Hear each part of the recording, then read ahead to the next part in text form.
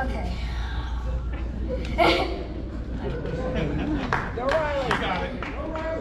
If you were to protest for or against something, what would it be? Perhaps against war? Maybe for equality? What about climate change? Well, back in the 1800s, the main protest was abolishing slavery, and no one did it better than Weston Chapman.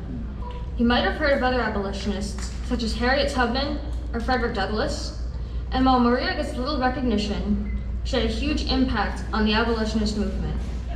She held bazaars, edited newspapers, and forms the Boston Female Anti-Slavery Society, all to help permanently get rid of the cruel and unjust world of slavery, and to change the United States of America forever.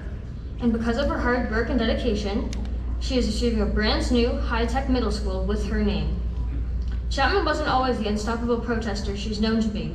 Born on July 25th, 1806, she was an average girl in Weymouth, Massachusetts.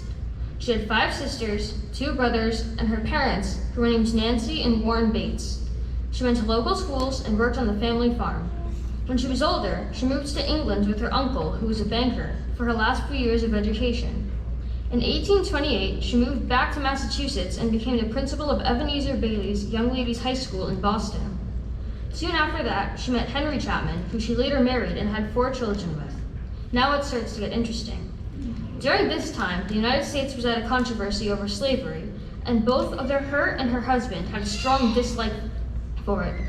In 1833, Maria forms the Boston Female Anti-Slavery Society, or BFASS for short, with her sisters Deborah, Anne, and Caroline. The Boston Female Anti-Slavery Society ran a yearly bazaar that raised money for the organization, whilst spreading awareness about the conflict. She also wrote songs, such as Songs of the Free and Hymns of Christian Freedom, and made pamphlets titled, How Can I Help Abolish Slavery? After that, she got elected into the at the time all-male Anti-Slavery Society, where she edited famous abolitionist William Lloyd Garrison's anti-slavery newspaper, The Liberator. Then something happened. One day, while the Boston Female Anti-Slavery Society was having a meeting, over 5,000 anti-abolitionists ganged up and mobbed the building where the meeting was being held.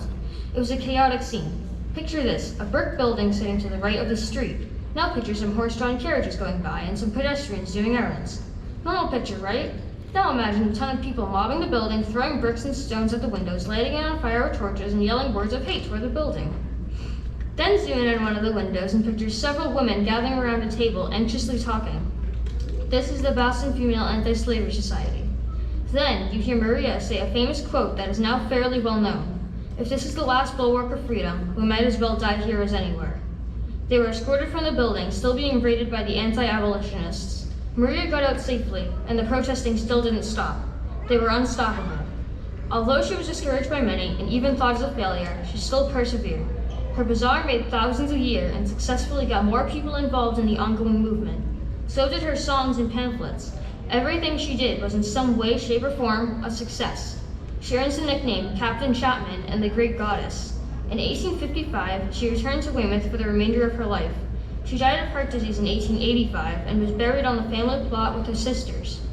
Because of her dedication and commitment, she 100% deserves the brand new, modern middle school named after her, and yet she still doesn't get the credit she deserves. Maria Weston Chapman was a phenomenal person. Her perseverance and sheer determination managed to change a nation, something few other women at the time thought they could do. She altered the ideas of what was right and wrong. She helped make the sentence, all men are created equal, actually make sense. She saw what other people didn't and made them see it too, but yet she still doesn't get the credit. And still, I leave you with one question. What's your protest?